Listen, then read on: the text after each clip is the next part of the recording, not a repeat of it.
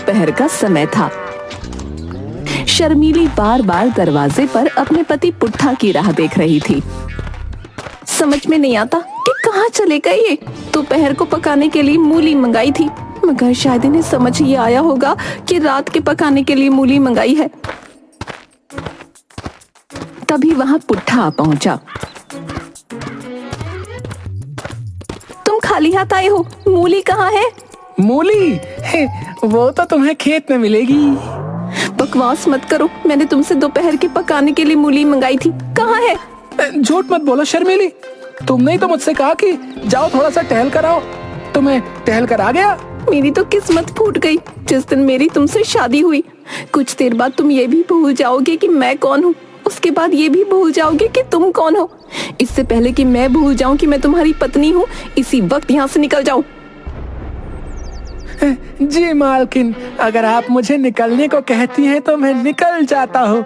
वैसे भी गरीब नौकर जहाँ काम करता है वहाँ से उसे निकाल ही दिया जाता है। गरीब नौकरी?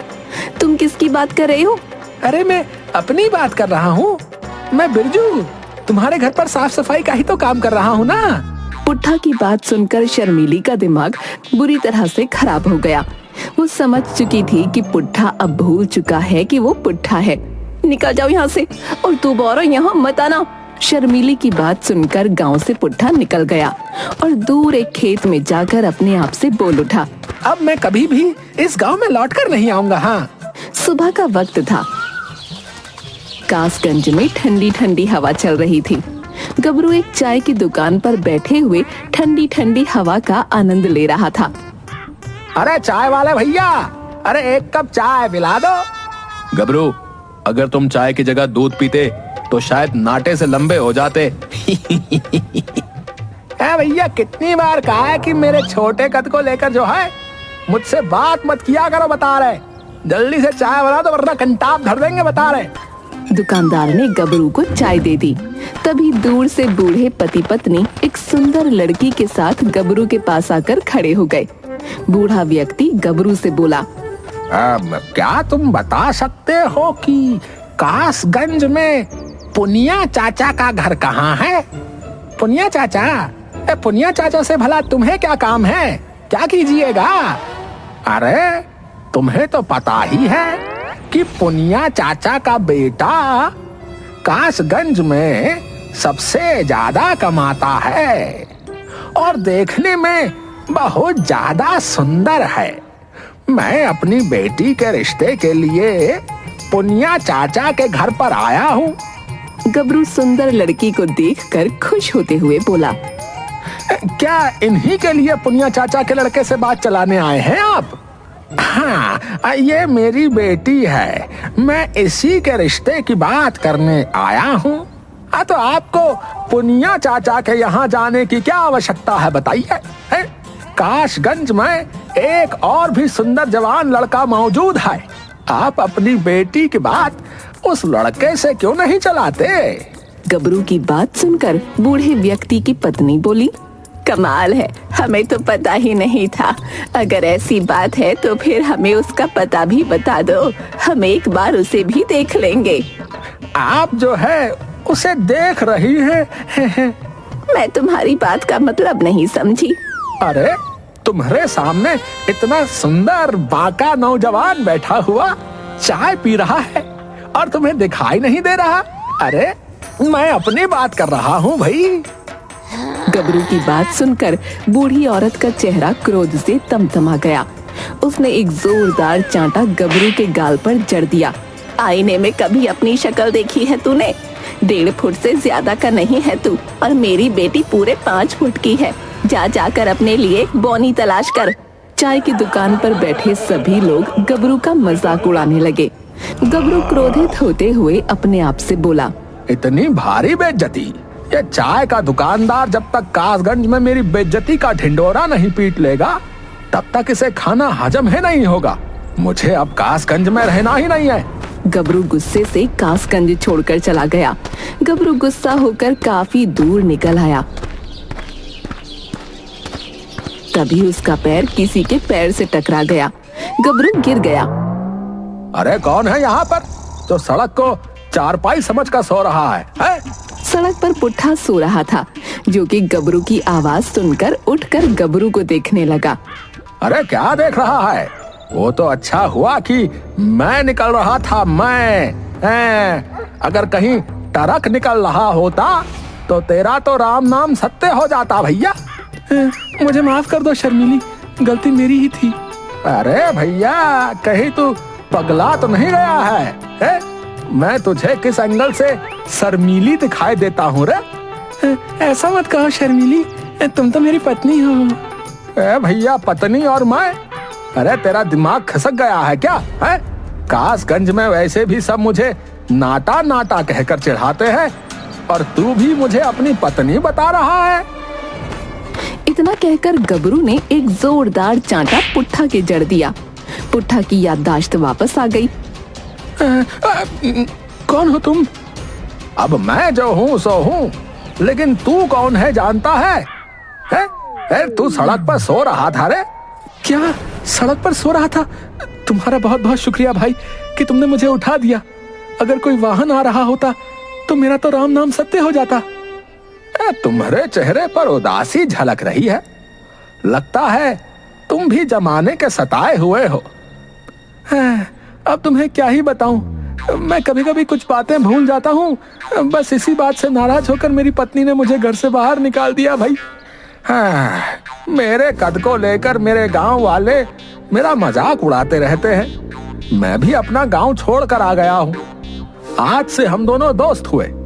चलो हम दोनों मिलकर अब दुनिया वालों को लूट लेते हैं और बहुत सारा धन एकत्रित करते हैं। क्या कहते हो? पुट्ठा और गबरू दोनों मिलकर एक दूसरे गांव की तरफ चल पड़े।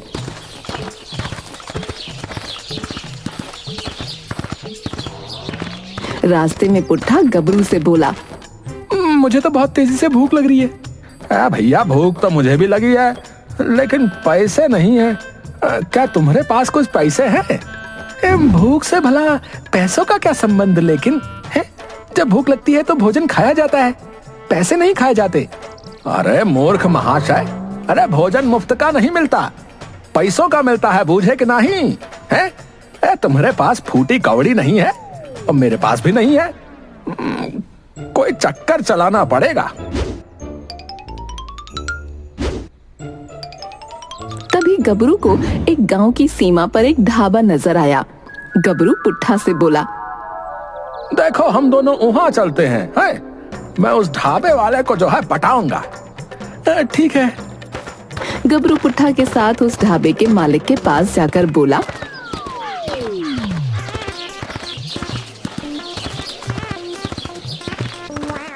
हम 2 दिन से भूखे हैं, गरीब मजदूर हैं, हमरे पास खाने के लिए पैसा नहीं है और हमें बहुत तेजी से भूख लगी है। ढाबे का मालिक पुट्ठा की ओर देखकर बोला, लेकिन ये तो बहुत अट्टा कट्टा लगता है। अरे ये मेरा बड़ा भाई है, बेचारा पागल है, इसकी जिम्मेदारी का बोझ भी मुझ पर ही है। तभी पुट्ठा क्रोधित होते हुए बोला, जो कि फिर से कुछ भूल गया था, मगर गबरू इस बात को नहीं जानता था। अबे मैं तेरा भाई नहीं, तेरा पति हूँ। हाँ। गबरू ढाबे के मालिक की ओर देखकर बोला, देखा आपने, देखा, मैंने कहा था ना ये पागल है। सही कह रहे हो, ये तो कोई पागल ही है जो अपने छोटे भाई को अपनी पत्नी बता रहा है। जब ये खाली पेट होता है तो बहुत ज्यादा आक्रामक भी हो जाता है और कभी कभी तो किसी की हत्या करने पर भी उतारू हो जाता है। तभी पुट्ठा ने एक जोरदार चांटा ढाबे के मालिक के गाल पर जड़ते हुए कहा, शर्मिली, मुझे भूख लगी है। हाँ हाँ भाई, तुम्हारी जो मर्जी आए तुम खा सकते हो, जल्दी से खाओ और यहाँ से जाओ। गबरू पुट्ठा के साथ उस ढाबे के मनपसंद व्यंजन का आनंद उठाने लगा। खाना खाने के बाद पुट्ठा की याददाश्त वापस आ गई, मगर गबरू समझ रहा था कि पुट्ठा ने ढाबे के मालिक को डराने के लिए ऐसा जानबूझकर किया है। खाना खाने के बाद गबरू ढाबे के मालिक से बोला, हम दोनों को क्या इस गांव में काम मिल सकत है? गांव में मुखिया की बेटी की शादी है, वहाँ पर कुछ मजदूरों की कमी पड़ रही है। तुम्हारा भाई देखने में तो काफी बलशाली मालूम पड़ रहा है, तुम्हें वहाँ काम मिल सकता है।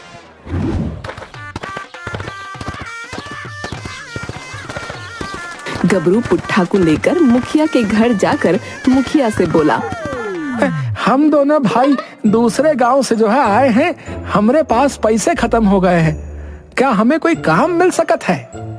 तुम्हारे जैसे भाइयों की इस देश को बहुत जरूरत है, जिनके पास पैसे खत्म हो जाएं तो काम करके पैसा कमाना चाहते हैं। मेरी बेटी की शादी है, जाओ सामान अंदर रखवाओ।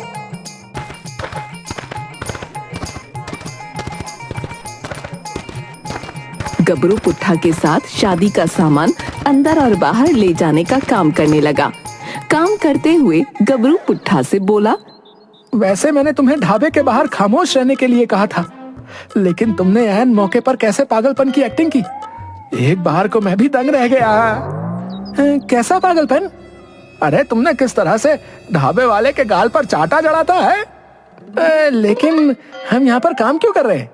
सुनो मेरी बात ध्यान से। हाँ, ये गांव के मुखिया की बेटी की शादी है। शादी वाले घर में बहुत सारे सोने के जेवर भी होंगे। सोने के जेवर कहाँ रखे हैं मैं ये जानने की पूरी कोशिश करूंगा, इसीलिए मैंने यहाँ पर काम करने का नाटक किया है। तो क्या तुम सोने के जेवर भी पहनते हो? अरे मूर्ख पहलवान है, अरे भुलक्कड़ कहीं के। अरे हम सोने के जेवर चोरी करेंगे और यहाँ से रफू चक्कर हो जाएंगे और शहर में बेचकर आधी आधी रकम बांट लेंगे। उसके बाद तुम अपने रास्ते और हम अपने रास्ते। शाम को गबरू मुखिया के पास जाकर आ गया। अब तुमने वाकई बहुत मेहनत से काम किया है, ये लो तुम्हारे और तुम्हारे भाई के पैसे। गबरू पैसे लेकर पुट्ठा के साथ बाहर निकल आया और बोला, मैंने वो कमरा देख लिया है जहाँ पर सोने के जेवरात रखे हुए हैं। हम दोनों रात में चुपके से जो है घर के अंदर घुस जाएंगे। तुम कमरे में रखे हुए जेवरों को चुरा लेना और मैं बाहर नजर रखूंगा कि कोई आ तो नहीं रहा है। कुछ देर बाद रात हो गई और सन्नाटा फैल गया। गबरू पुट्ठा की मदद से दीवार के सहारे मुखिया की छत पर चढ़ गया। अरे वो सामने तीसरे वाले कमरे में सोने के जेवर रखे हुए हैं। कमरा खुला हुआ है, जाओ जाकर सोने के जेवरों को ले आओ। लेकिन तुम मुझे कहाँ मिलोगे? अरे मैं इस घर का मुख्य दरवाजा आहिस्ता से खोल देता हूँ। जल्दी से तुम सोना लेकर आओ, मैं दरवाजे के बाहर ही खड़ा हूँ। दरवाजा इसलिए खोल दे रहा हूँ ताकि अगर जरा से भी खतरा महसूस हो तो हमें भागने में आसानी हो जाए भैया। अगर तुम्हें आने में थोड़ी देर हो गई तो मैं तुम्हें चेतावनी देने के लिए धीमी आवाज में सीटी बजाऊंगा। तुम समझ जाना कि तुम्हें काम खत्म करके जल्दी आना है। पुट्ठा उस कमरे में घुस गया और सारे जेवर एक थैली में भर लिए, मगर अचानक पुट्ठा सब कुछ भूल गया। मैं यहाँ पर क्या कर रहा हूँ? ये शर्मिली भी ना रात के समय पता नहीं मुझे क्या क्या काम करवाती रहती है। अब देखो ना, शर्मिली ने मुझे इस कमरे में भेज दिया जिस कमरे में मैं कभी आया ही नहीं। इतना बोलकर पुट्ठा कमरे से बाहर जाकर इधर उधर देखने लगा। तभी उसकी नजर चारपाई पर पड़ी। मुखिया खर्राटे लेकर सो रहा था। शर्मिली भी कितनी बड़ी कामचोर है? मुझे काम पर लगाकर खुद खर्राटे लेकर सो रही है। आज मैं इसे सबक सिखा कर आऊंगा। इतना बोलकर पुट्ठा ने एक जोरदार लात मुखिया को मारी। मुखिया बिलबिलाता हुआ उठ गया और पुट्ठा को गौर से देखने लगा। शर्मिली, तुम मुझसे काम करवा रही हो और यहाँ बैठकर आराम से सो रही हो। तुम यहाँ पर क्या कर रहे हो भाई? हैं? और ये तुम्हारे हाथ में क्या है? शर्मिली, तुम पागल हो गई हो क्या? ये मेरा घर है और तुम मुझसे ही पूछ रही हो कि मैं यहाँ पर क्या कर रहा हूँ। तभी पुट्ठा के कानों में गबरू की सीटी की आवाज टकराई। सीटी की आवाज सुनकर पुट्ठा की याददाश्त फिर से चली गई, मगर अब उसे मुखिया के चेहरे में गबरू की शक्ल नजर आने लगी। पुट्ठा धीमी आवाज में बोला, तुमने जैसा कहा था मैंने वैसे ही जेवर चुरा लिए हैं। चलो अब जल्दी से शहर चलते हैं और इन जेवरों को बेच देते हैं और आधी आधी रकम बांट लेते हैं। लेकिन तुम यहाँ चारपाई पर क्यों लेटे हुए हो? तुमने तो कहा था कि तुम दरवाजे के बाहर मिलोगे। पुट्ठा की बात सुनकर मुखिया समझ गया कि सारा माजरा क्या है। मुखिया जोर जोर से अपने आदमियों को आवाज लगाने लगा। अरे कलवा, बलिया, भीमा, अरे कहाँ मर गए तुम सबके सब? जल्दी आओ यहाँ। मुखिया की आवाज सुनकर मुखिया के पाले हुए तीनों पहलवान वहाँ आ गए। जाओ बाहर दरवाजे पर पहले इसके साथी को पकड़ कर लेकर आओ। वो तीनों तुरंत गबरू को पकड़ कर ले आए। छोड़ो मुझे, मैंने क्या किया है? जैसे ही गबरू की नजर पुट्ठा पर पड़ी, गबरू को तो जैसे सांप सूंघ गया। शर्मिली, तुम्हें ये सारे लोग पकड़े हुए क्यों हैं? अबे मूर्ख भुलक्कड़, हैं? मेरी सबसे बड़ी गलती थी कि मैंने तुझे अपना साथी बनाया। तूने तो मेरा सत्यानाश कर दिया। अरे देखते क्या हो, इन दोनों को मार मार कर भरता बना दो। तीनों पहलवान गबरू और पुट्ठा को बुरी तरह पीटने लगे। देखते ही देखते गांव वाले भी जमा हो गए। उन सभी लोगों ने पुट्ठा और गबरू को बुरी तरह से धोया। पुट्ठा की याददाश्त बिल्कुल दुरुस्त हो गई। पुट्ठा और गबरू बहुत तेजी से वहां से भागते हुए एक खेत में जाकर बैठ गए। आज तो मिल गया है, आज के बाद मत मिलना भुलक्कड़ कहीं के। अब मेरी समझ में आ रहा है कि ढाबे पर जो तूने ढाबे वाले को चाटा मारा था तो तू सच में भूल गया था। मैं भी कितना बड़ा बेवकूफ हूँ जो खुद को इतना बड़ा चालाक बनता हूँ। मैं ये भी नहीं समझ पाया कि जो आदमी रोड पर सो रहा हो वो दुनिया का सबसे बड़ा भुलक्कड़ होगा। इतना बोलकर गबरू कासगंज की ओर चला गया और पुट्ठा अपने घर की तरफ चल पड़ा।